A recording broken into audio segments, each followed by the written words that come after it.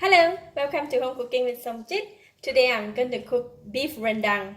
I have about 1.8 kilo of short ribs, and these are the long list of the ingredients that I'm going to be using for this rendang curry. You can look out in the comments box down below this video of what goes into the blender and what's go into the curry, but just want to name a few of the ingredients that I'm using. This is a turmeric leaves, and this is a girase. So how to make the girase, I have already upload the video. You can look out on that. I like to make the girase and keep in the fridge, so it's easy whenever I want to make rendang, and it's easy just to take out and use. I use 3 types of chili, fresh chili, dry chili, and another dry chili. This one will I have removed the seed and soaked in the water. I bought this chili from Thailand. In Thailand, we use this chili to make the red curry paste, so it gives a very nice reddish color. So I'm also using this type of chili to put in my rendang paste. So I'm going to start off with blending all the ingredients, and then we can go ahead and cook the rendang. For the lemongrass and the galangal, I will have to grind it first because my blender cannot blend these 2 ingredients very well because they are really hard. So I'm going to go ahead and cut them and put it in the grinder.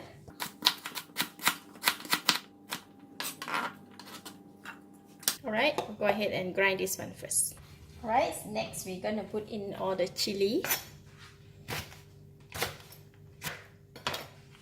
This rendang is going to be spicy and delicious.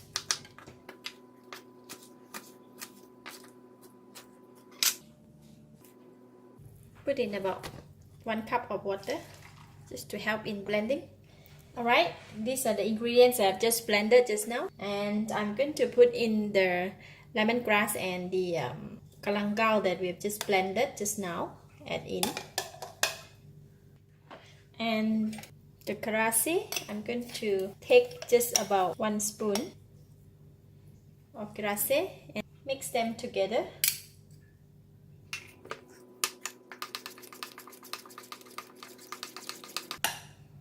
If you can blend all ingredients together in the blender, you can just go ahead and do it. You don't have to do all this. Yeah, we are done. We can go and cook the rendang now. In the pan, I'm going to put a bit extra oil. The oil is getting hot, and I'm going to put in all these spices.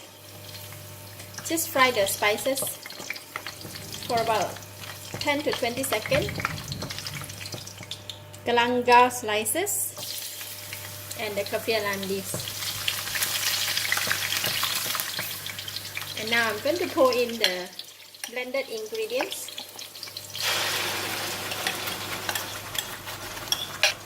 It has a very nice aroma.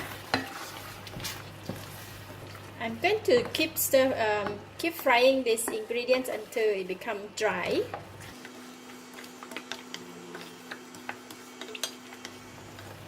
For the balance of the lemongrass, I just give it a light smash, and I'm going to put it in.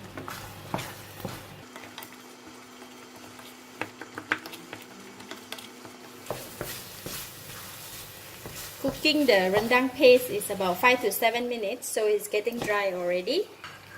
Put in the palm sugar. Just 2 pieces of palm sugar. If you do not have palm sugar, you can put about 2 tablespoons of normal sugar.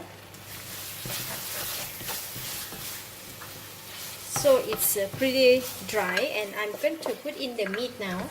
The meat I did not marinate or with salt or anything. We just stir in the meat, the big block of the meat.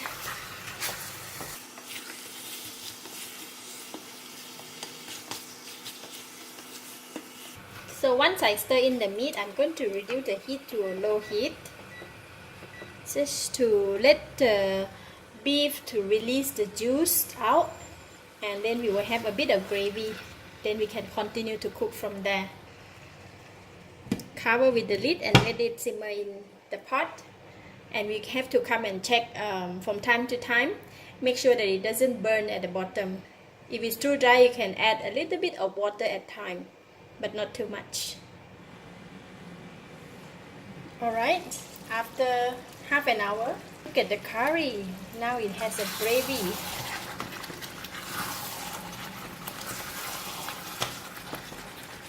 Without adding any water, we still have gravy. So I'm going to put in the salt.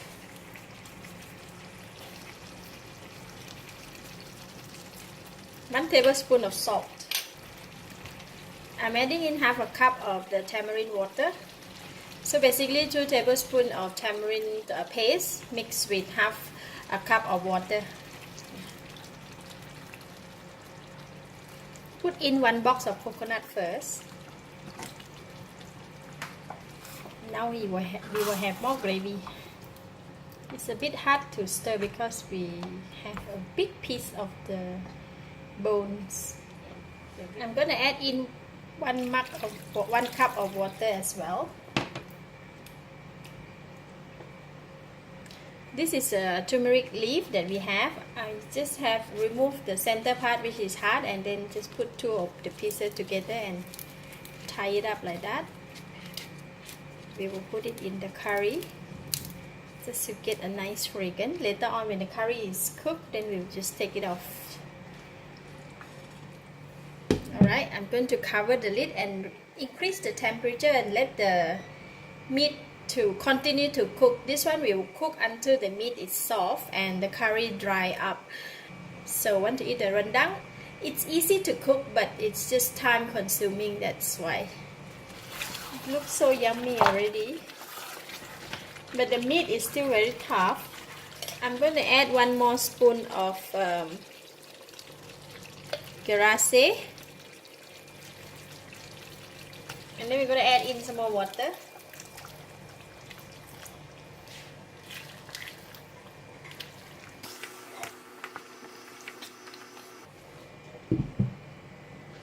So the curry have been cooking for 3 hours 40 minutes. So I have been added water occasionally when the curry became dry. Look at that oils, and so need to reduce the heat. So we need to check on the meat if it's totally soft, because the cut that is too big, so require a long time to cook. If you have a smaller cut for the beef, it will take lesser time. Look at that oil. It's extracted from the meat and the ingredients that we have put, plus the oil also that we put initially when we started to cook. I'm going to use the fork to pierce to the meat, so I can put my fork through the meat easily. It's already soft. Basically, I will just cook for another 10 to 15 minutes, then we are done. And then by the time the gravy will be lesser. So if this much oil, if you want to remove the oil, it's fine, but for myself, I will finish complete cooking first and let the meat set, and then we will remove the oil, because if you remove the oil for now, the gravy will be very dry and doesn't have any moisture for the beef. So I'm going to continue to cook for another 10 to 15 minutes, and then we are done. Total cooking time 4 hours, but it's worth it. Then cover the lid, and then we're going to increase the heat again. Occasionally we need to check on the curry, because we don't want the bottom of the pot to burn, because it tends to burn very easily because of the thickness of the curry.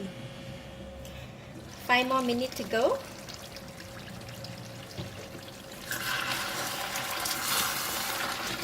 It looks so good. Smells super awesome. Okay, it's 4 more minutes to go. I am going to taste it now. It's enough taste, enough salty, enough sweet, slightly sour. So Overall, the taste is perfect, so I don't need to add anything. So 3 more minutes to go. I'm just going to let the heat go off by itself. And final touch, I'm just going to put in the remaining of the kaffir lime leaves. Just give a final touch. Nice fragrance. Oh, very nice. I'm going to cook biryani rice to eat with this beef rendang.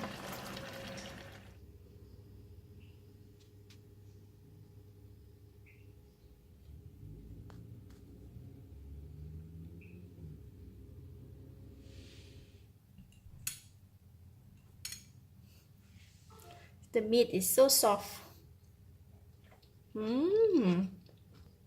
It's so delicious. It's so flavorful and the meat is very tender. It kind of like melt in the mouth. I give it a thumbs up. Thank you for watching. If you like this video, please share with your friend and don't forget to subscribe for more of my cooking video like this. Thank you and bye bye.